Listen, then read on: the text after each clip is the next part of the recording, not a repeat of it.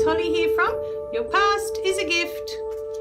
Okay, so in this video, I wanted to share a moment that I've had in this past week, okay? Because for the longest time, as I was growing up, and I've already explained that I grew up in the Catholic religion, and we'd go to church every Sunday, and every Sunday they read you different stories from the Bible and things that we're meant to learn from these stories. And that's what it was always about for me in the early days of going to church, about learning to be a better person, how I could be a better person, how I could tap into being the best human being that I could be from these stories.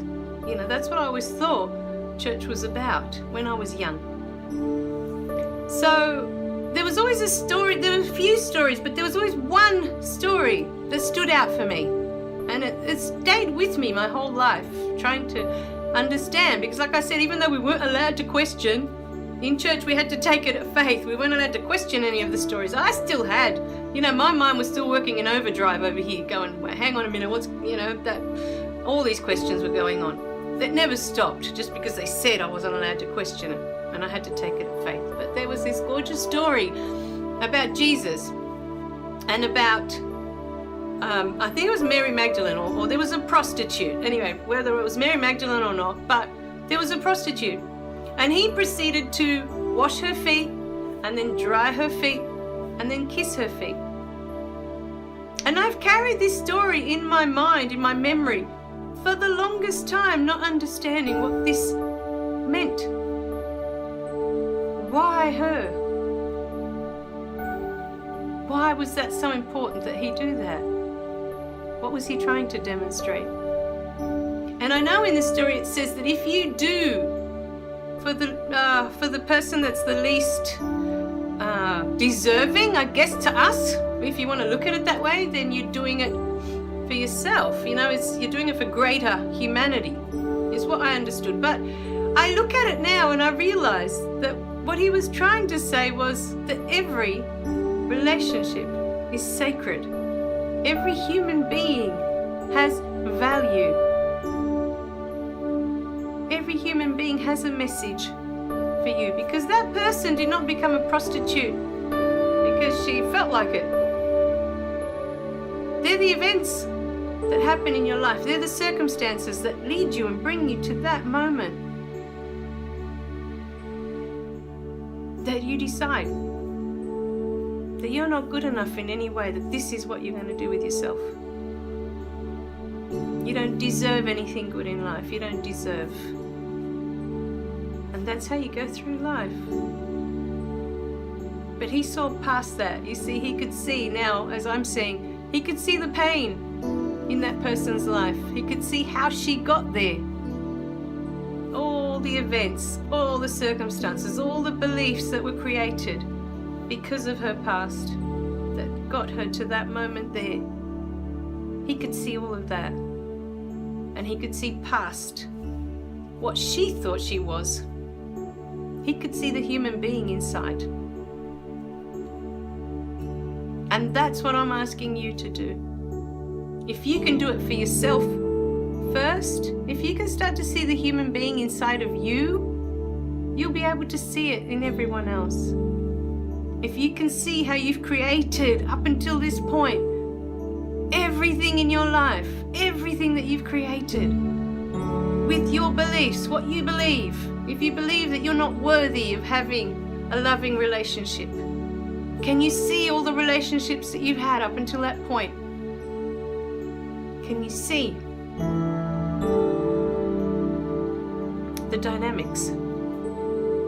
Because each relationship that we have in our life is something that we can learn from about ourselves. They're the most precious gifts that we have. Every single relationship. I'm not just talking about between man and wife. I'm talking about your relationship with your mother, your relationship with your father, with your sibling, with your neighbor, with your friend. Every relationship has meaning for you. Every relationship, every person that you come into contact with throughout the day, because we affect everyone we're in touch with. everyone. We affect all of those around us. And they affect us. So today, there's the thought for you to have a look at the relationships that you've had in your life. What do they teach you about yourself? What did you learn from them of who you are? Who are you in that relationship? Who are you in that relationship? Who were you being? That's the most important question. Who were you being? Are you the daughter that's not good enough, that will never be good enough no matter what she does? Are you the sister that's envious because you're not as good as your sister? Look at all the different things that you could be from the different relationships. And that's not even going into romantic relationships with a partner that you're going to share your life with, or you're going to share, a part of your life with this person. Because usually that relationship is the one that shows us the most about who we are. When we share of ourselves with another person, we choose someone and we decide we want to share our lives with this person, and you're with them all day, every day. They're usually the ones that give us the most insight as to who we think we are, what we believe we are. They're all a gift, no matter what the relationship was. They're all a gift if you look at them. Because in each one you believe that you are something. You believe that you're not worthy. You believe that you're not good enough. You believe that you don't deserve. That comes up in a lot of relationships, whether it's with your mum, with your dad, with your teacher at school. Doesn't matter who it is. Those words always pop up. We always decide these things about ourselves. And they're so not true about who you are. They're so not true. And the reason for that is because we're taught to look at what doesn't really matter. That's the truth of it. We focus on what doesn't matter. Because what does matter was always inside you. It's always been there and it's still there now. What does matter? You as a human being, the essence of who you are is still inside of you. You have all the kindness to give. You have all the compassion to give. You have all the love to give.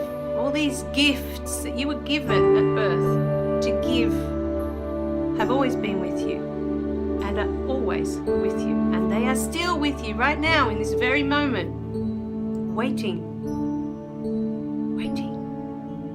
As long as you keep believing you're not good enough, you're not worthy, you're not deserving, you're not using your gifts, then just stay packed away inside.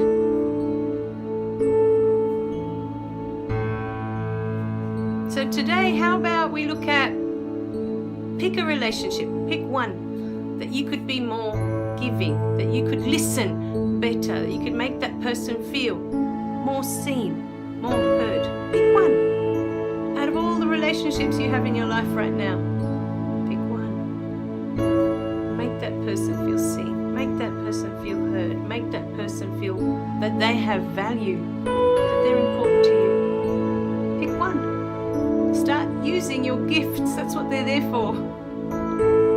That's what really matters. All right, my darlings? I love you guys. Remember to click like and subscribe below so you don't miss any of the messages, and I'll see you in the next video. Bye for now.